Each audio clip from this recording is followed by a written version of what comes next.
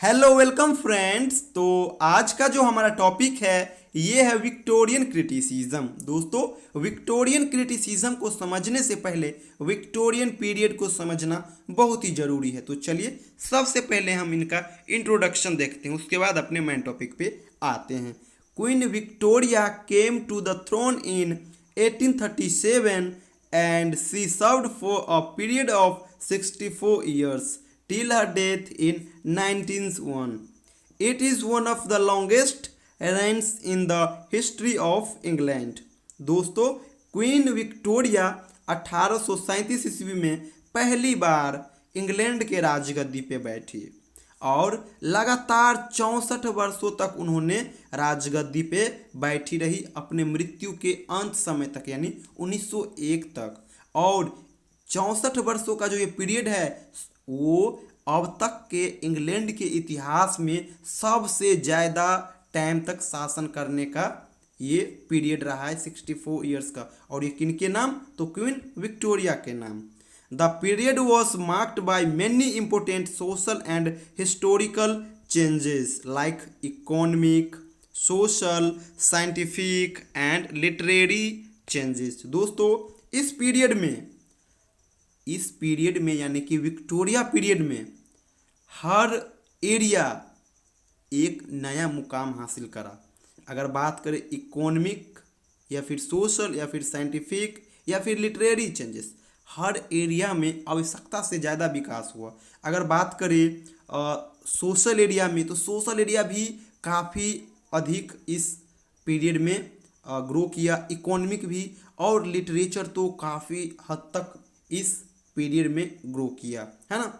which not only transformed English social life but also had far-reaching impact on literature and literary criticism। जो न केवल English social life पे प्रभाव डाला बल्कि लिटरेचर और लिटरेरी क्रिटिसिज्म को भी एक नया मुकाम दिलाया, है ना।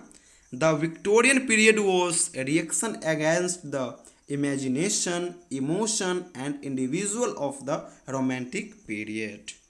Matthew Arnold, Tennyson and Robert Browning are the most important poets of this period।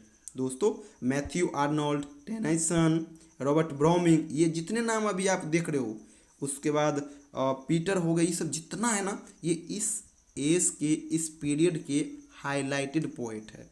In this period new ideas and knowledge of science and philosophy were developed। इन एज में नए नए आइडियाज और उसके बाद नॉलेज ऑफ साइंस और philosophy, ये सभी काफ़ी अधिक मात्रा में ग्रो किया।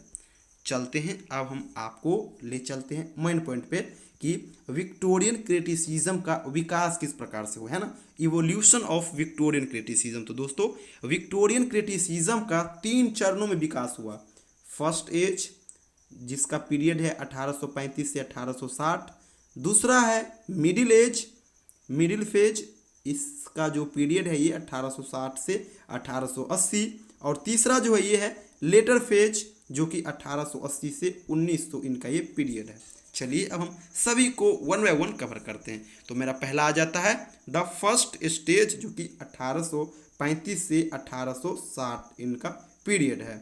The early Victorian era is a period of decay and decline of literary criticism. There is practically no talented critic and no outstanding work of literary criticism। Carlyle and Macaulay and John Stuart Milton belongs to this age, but they are not literary critics।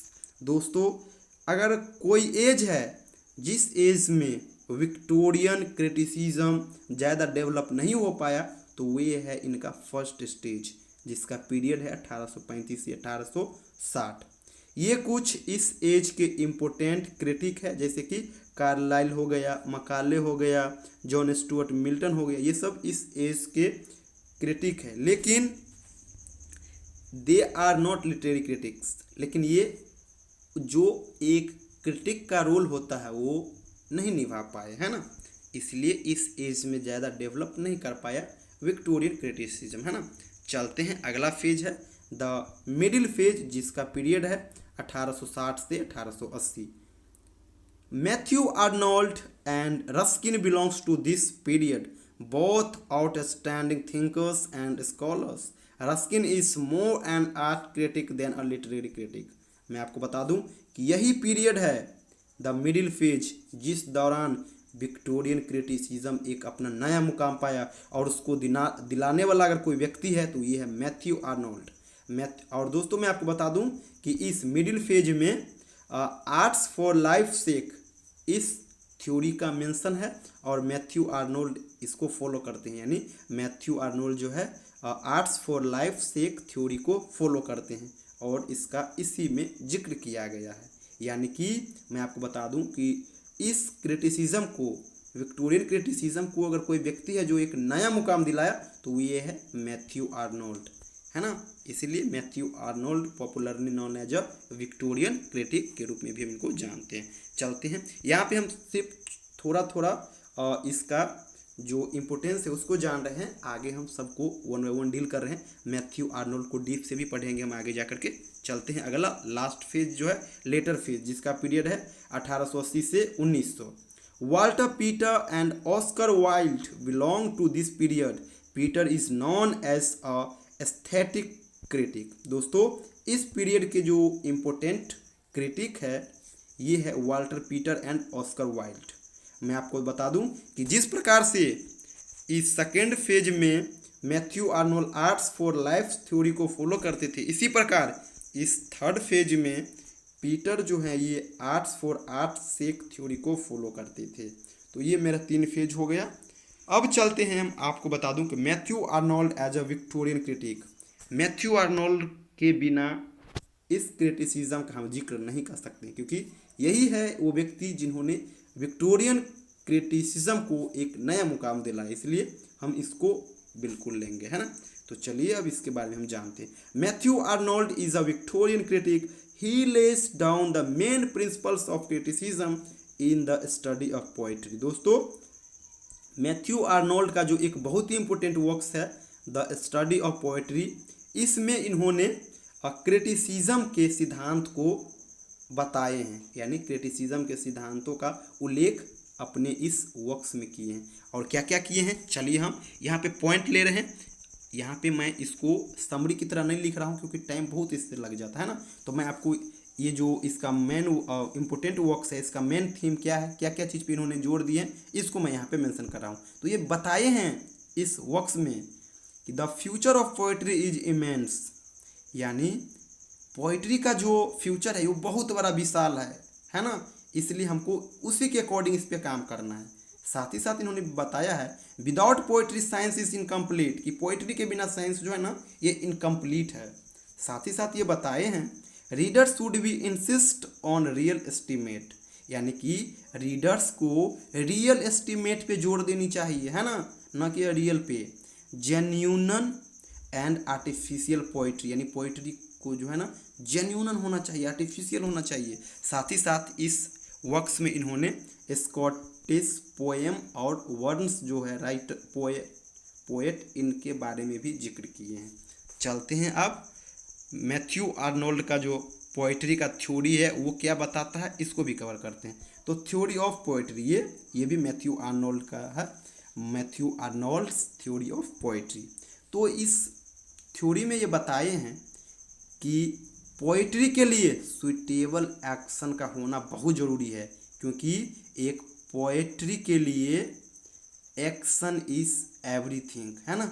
Without action हम poetry की बात ही नहीं कर सकते, इसलिए suitable action होनी चाहिए poetry के लिए। दूसरा ये इन्होंने बताए हैं कि सब्जेक्ट ऑफ पोइट्री, यानी बहुत सारे राइटर कर क्या रहे हैं तो मॉडर्न थीम और सब्जेक्ट को अपना रहे हैं, लेकिन हमें बिल्कुल नहीं करना चाहिए, हमें एंशिएंट थीम और सब्जेक्ट को अपनाना चाहिए अपने पोइट्री के सब्जेक्ट के लिए, है ना। तीसरा चीज़ इन्होंने बताए हैं कि मैनर एंड स्टाइल, यानी हमें इस पे भी ध्यान देना चाहिए पोइट्री लिखते वक्त। साथ ही साथ इन्होंने कहे हैं कि एंशिएंट्स आर सेफ गाइड्स, कि अगर हमें कभी किसी के गाइड की ज़रूरत पड़े तो एंशियंट का गाइड हमें लेना चाहिए, ना कि मॉडर्न का। साथ ही साथ ये भी यहाँ पे बताए हैं कि शेक्सपियर को हम एंशियंट गाइड्स के रूप में नहीं ले सकते हैं। लास्ट में साथ ही साथ इसी में ये ग्रांड स्टाइल के बारे में भी जिक्र किए हैं। चलते हैं अगला पॉइंट, डेफिनीशन ऑफ क्रिटिसिज्म। इसके अकॉर्डिंग मैथ्यू आर्नोल्ड का जो मेन पर्पस है इसमें ये बताए हैं, मेनली दो चीज़ पे बात किए हैं, personal and historical judgement and touchstone method. साथ ही साथ मैथ्यू आर्नोल्ड ने अपना प्रैक्टिकल क्रिटिसिज्म भी किया है और ये मेनली इस 4 व्यक्ति पर किए हैं। किस किस पे? Thomas Gray, John Keats, William Wordsworth और शैली में बताए और साथ बताए हैं, बहुत कुछ बताए हैं। यहाँ पे मैं इसको इंक्लूड नहीं कर रहा हूँ, बस सभी के बारे में इन्होंने सभी का क्या अच्छाई है ये भी बताए हैं। साथ ही साथ कहाँ पे ये फॉल्ट कर रहे हैं ये भी बताए हैं। इनका एक्सपीरियंस थॉमस ग्रे के बारे में बहुत अच्छा है। इनका कहना है कि थॉमस ग्रे अच्छा कर रहे हैं, कहीं कहीं फॉल्ट है तो उसको ये सजेशन भी देते हैं as a critic. John Keats के बारे में बोलते हैं कि ये मैक्सिमम जो अपना वर्क्स है वो लव से रिलेटेड ही लिखता है, वो लव पे ही डिपेंड है, इस तरह के बात इन पे बोलते हैं। यानी कि सभी पे ये क्रिटिक करते हैं कि ये इसको ये यहाँ पे नहीं करना चाहिए, इनको ये नहीं करना चाहिए। देखिए दोस्तों, मैं आपको बता दूं कि क्रिटिक का काम क्या होता है। क्रिटिक का काम यही होता है कि जैसे मान लीजिए आप कोई चीज़ को स्किप कर रहे हो, पोएम, पोइट्री, नॉवेल कुछ भी लिखते वक्त, तो क्रिटिक का काम होता है वो अपने वर्क्स के माध्यम से आपको क्रिटिसाइज करेगा कि नहीं यहाँ पे ये चीज़ का होना जरूरी था, है ना। तो ये था दोस्तों, मैं आपको बता दूं कि ये जो अगर बात करें विक्टोरियन क्रिटिसिज्म का तो ये बहुत बड़ा टॉपिक है। इसको इस तरह से एक छोटे से वीडियो में हम कंप्लीट नहीं कर सकते हैं, इसके लिए आपको बहुत पढ़ना होगा। लेकिन मैंने जो यहाँ पे आपको जो बताया हूँ, अगर आप इतना भी अगर आप अपने कॉलेज या फिर यूनिवर्सिटी के आंसर को लिखते वक्त अगर कर देते हो तो ये 15 से 20 मार्क्स के लिए सफिशियंट होगा। ऐसे अगर बात करें तो बहुत लॉन्ग टॉपिक है ना, इसको हम इस तरह से कवर नहीं करा सकते। आपके एग्ज़ाम के लिए ये शायद इनफ होगा। तो दोस्तों, आज की वीडियो को यहीं पे समाप्त करते हैं, मिलते हैं आप लोगों से अगली वीडियो में। तब तक के लिए थैंक यू सो मच।